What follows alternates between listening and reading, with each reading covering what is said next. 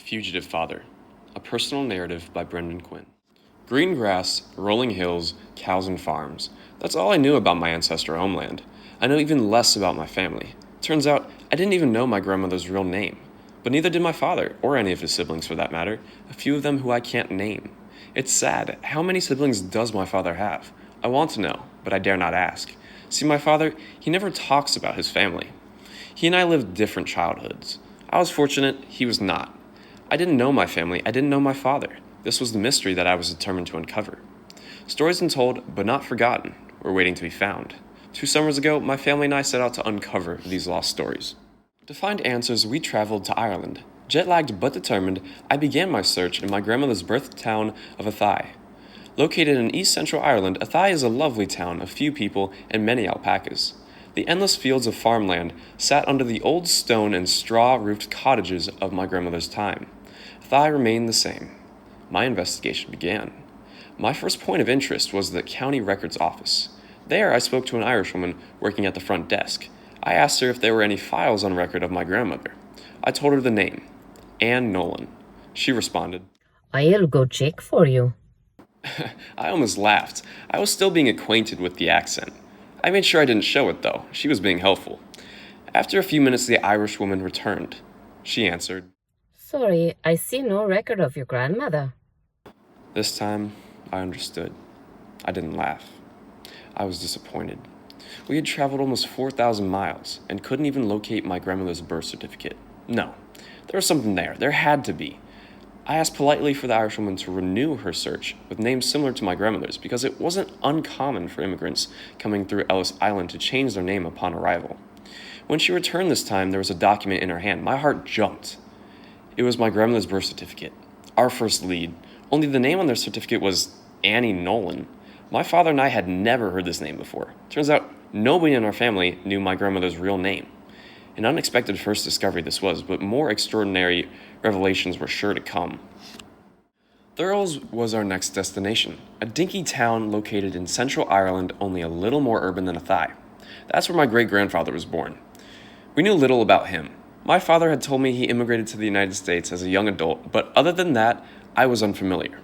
My first instinct was to head to the local library to search historical documents for clues about my family's past. There I searched through an array of documents. I flipped through hundreds of pages from books of land and burial records. The pages were so old, I had to be careful not to rip them. A few I could feel were crumbling under my touch. Then finally, I pinpointed the location of the family cemetery that was mentioned in the local newspaper the day of my great-grandfather's death. Another lead. This time my persistence brought real discovery. Outside Thurles, we found the cemetery. I walked rows and rows of graves. There were hundreds of graves, some with large crossed stones and others with crusty slabs of rock. Only a few were well kept. I feared that we would not be able to identify the names on the gravestone. But sure enough, after what felt like hours of eye-straining searching, my father pointed out the gravesite. That was it, the final resting place of generations of my family. But I still lacked information. My father was still a mysterious figure to me. I wanted to understand. Over on a bench sat a man. He was a knowledgeable-looking aged man. I asked him if he knew the Quinn family, hoping for any sorts of information. He replied, also in that wonderful, hard-to-understand Irish accent, "Just up the road lives Mr. Cheyenne and his wife. They know the Quinns."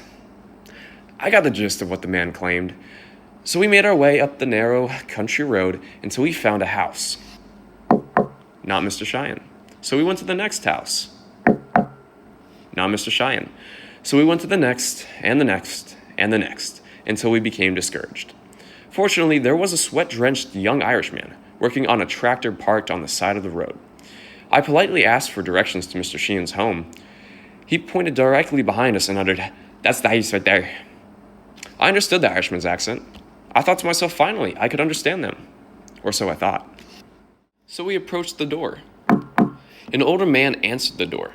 He was a toothless and thick-broged man of exemplary navigational skills. Deciphering his directions to the Quinn family farmhouse was the most difficult task of my investigation. Not only was Mr. Sheehan speaking incredibly difficult to understand, but his instructions also lacked specificity. There was no street name, so the way the locals gave directions was by landmarks. By landmarks, I mean the cows, or that big bush, No joke. This is what we had to go off of. He began his instructions, which I made sure to record in the likely case that I couldn't understand a word of his directions. Drive to the top of the hill. Take a right. You head for Triumph, there's a sign for Triumph, like you know. When you think you're going through the white gate, turn left. When you see the cows, keep going 3 houses. The house is by the big bush. When I say I nearly drowned in my own tears from laughter, believe me, I had absolutely no clue what came out of Mr. Sheehan's mouth.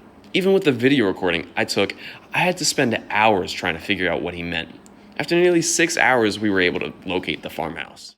Once we arrived, there were a few things I noticed. The house reeked of decay and mold. The 2 men living in the house were my great-grandfather's nephews. Neither of the brothers had been to the second floor of the home in years due to their poor health. Their stories were fading, and I knew it was my duty to give them new life. I listened as they told.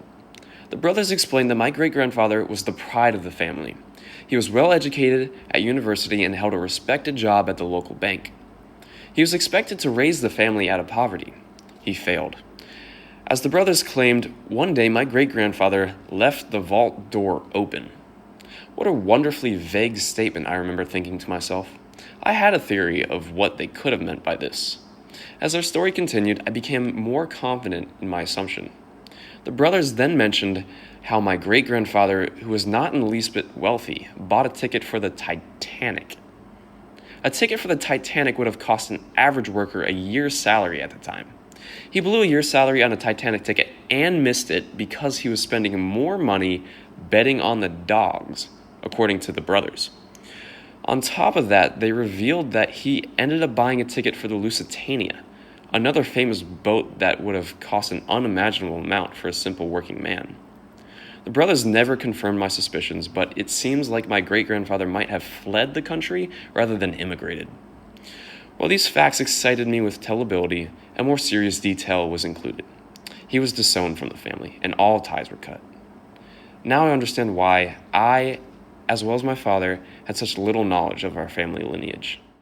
By the end of our trip, I had learned more about my family than I had ever known, yet I hadn't cracked the mystery that is my father. Turns out my father and I are similar in one way.